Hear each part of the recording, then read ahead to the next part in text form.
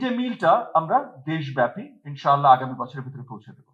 তো সেখানে ফ্যামিলিদেরকে উৎসাহিত করবে, তাদের উপরে ফাইন্যান্সিয়াল বার্ডেনও আরো কমিয়ে নিয়ে আসবে। সকল প্রাথমিক স্কুলের শিক্ষার্থীদের জন্য আমরা ফ্রি ইউনিফর্ম, জুতা, স্কুল ব্যাগ দিচ্ছি। এটার পাইলটিং এগেন আমাদের সরকার 180 দিন মেয়াদ শেষ হওয়ার আগে এটার পাইলটটা শুরু হয়ে যাবে। পাইলটের সাকসেসের উপরে ভিত্তি করে আমরা একটা টাইমলাইন ধারণ করে দেবো। আমরা আশাবাদী আগামী বছরই হয়তো আমরা করবো, বাট স্টিল পাইলট না করার আগেই যদি আমরা বলে দিই তাহলে পাইলট করার কি মানে আছে? তো পাইলটের ভুল ত্রুটিগুলো দেখে আমরা সঠিক সময়টা আপনাদেরকে নির্ধারণ করে দেবো। কিন্তু স্কুল ইউনিফর্ম, ব্যাগ, জুতো এই সব কিছু আমাদের প্রাথমিকের শিক্ষার্থীদের আমরা দেবো। এগেন ওই যে তাদেরকে উৎসাহিত করা এবং ঘাটতিটা কমিয়ে নিয়ে আসা। পরিষ্কারভাবে দেখিয়েছেন যে আমাদের গভর্নমেন্ট প্রাইমারি স্কুলগুলোতে এখন আরো কম স্টুডেন্টরা আসছে, সেটা আমরাও দেখেছি। এবং এখানে অনেক ধরনের আলোচনা আছে, আমাদের কাছে অনেক ধরনের রিপোর্ট এসছে। আপনাদের এখানে যদি একটা পরিষ্কার সার্ভে থাকতো যে এক্স্যাক্টলি কি কি কারণ আপনারা আখ্যায়িত করতে পেরেছেন জিপিএস এ কম এসেছে, তাহলে তো আমাদের জন্য আরেকটু হেল্পফুল হতো। আগামী দিনগুলোর জন্য জানিয়ে রাখছি। তবে যেই জিনিসগুলো আমাদের কাছে এসে সবচেয়ে বড় যে প্রবলেমটা হলো কোয়ালিটি অফ এডুকেশন। আমাদের সরকারি প্রাথমিক বিদ্যালয়গুলোতে সঠিক কোয়ালিটি অফ এডুকেশন শিক্ষার্থীরা পাচ্ছে না, বা এই ধরনের একটা চিন্তা চেতনা গার্ডিয়ানদের ভিতরে তৈরি হয়েছে, তার জন্য অন্য জায়গাগুলোতে চলে যাচ্ছে, বড়ভাবে যাচ্ছে প্রাইভেটে এবং মাদ্রাসায়। মাদ্রাসার আরেকটা কারণ আছে, ফ্রি বাট প্রাইমারি আমাদের জিপিএসও গভর্নমেন্ট প্রাইমারি স্কুলগুলো free, so that should be a big issue. এখানে আমাদের বড়ভাবে আমাদের কাজ থাকবে এডুকেশন কোয়ালিটি বাড়াবার জন্য, যেন সবচেয়ে বেশি কম্পিটিশন তৈরি হয়। যেমন এই যে ঢাকা বিশ্ববিদ্যালয়ে 64 জন অ্যাপ্লাই করলে একজন চান্স পায়, যেরকম আমরা চাই না আমরা 64 জনকে আমাদের সরকারি প্রাথমিকে নিব, কিন্তু আমরা চাই ওই কম্পিটিশন তৈরি হোক, সবাই যেন সরকারি প্রাথমিকে আসতে চায়, এবং সেটা আসার জন্য আমাদের কোয়ালিটিটা ইমপ্রুভ করতে হবে। তো আমাদের সব দিকেও যেটা আজকেও মার্টিন, রানা, ফ্লাওয়ার সবাই আখ্যায়িত করেছিলেন যে লার্নিং আউটকাম। আমাদের প্রত্যেকটা গোল প্রাথমিকে আমরা এখন লার্নিং আউটকাম ওরিয়েন্টেড করছি।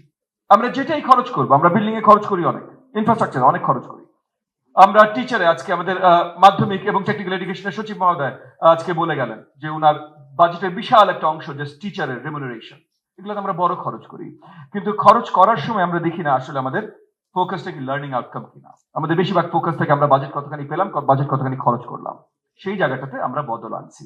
Single shift, double shift school নিয়ে আলোচনা হয়েছে। আমাদের প্রচেষ্টা আছে, স্পেশালি আমাদের এই যে ইনফ্রাস্ট্রাকচার যে বাজেট আছে, সেখানে আগামী 5 বছরে আমাদের প্রচেষ্টা আছে যে আমরা সকল স্কুল সিঙ্গেল শিফট স্কুলে পরিণত করব আমাদের প্রাইমারি স্কুলগুলো।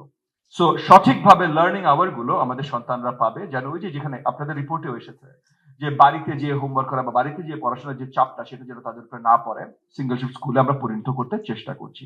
টিচারদেরকে নিয়ে অনেক আলোচনা হয়েছে। মাঝখানে আমি দেখছিলাম যে মানে প্রিন্ট আউট যেটা দেয়া হয়েছে আর ওনারা স্ক্রিনে যেটা দেখেছিলেন দুটোর ভিতরে ভিন্নতা আছে। তো অনেকে দেখছিলাম প্রিন্ট আউট শুধু এপাশ ওপাশ করছিল, কোনটা? বাট টিচার রিলেটেড যে আলোচনাগুলো এসেছে, teacher policy, burden on teachers, performance assessment, in service training, pre service education preparation, teacher deployment strategy, এই প্রত্যেকটা প্রবলেমের সাথে আমরা অতি পরিচিত, এবং এই প্রত্যেকটা প্রবলেম অ্যাড্রেস করবার জন্য আমরা ইতিমধ্যে কাজ করছি। যেমন টিচার ট্রান্সফার একটা বড় ইস্যু। এই টিচার ট্রান্সফার বিগত দিনগুলোতে বড় একটা সিন্ডিকেট বা বড় একটা করাপশনের জায়গা হয়ে তৈরি হয়েছিল। মাননীয় প্রধানমন্ত্রী খুদ নিজে এটাতে নজর দিয়েছেন, এবং মাননীয় প্রধানমন্ত্রীর ইনস্ট্রাকশনে আমাদের মাননীয় মন্ত্রী মহোদয় আজকে চিফ গেস্ট এবং আমরা সকলে মিলে নতুন পলিসি গঠন করেছি যে প্রাথমিকে, মাধ্যমিকেও, বাট আমি প্রাথমিক নিয়েই কথা বলবো, প্রাথমিকে টিচার ট্রান্সফার এটা লোকালাইজ করে দেওয়া হবে।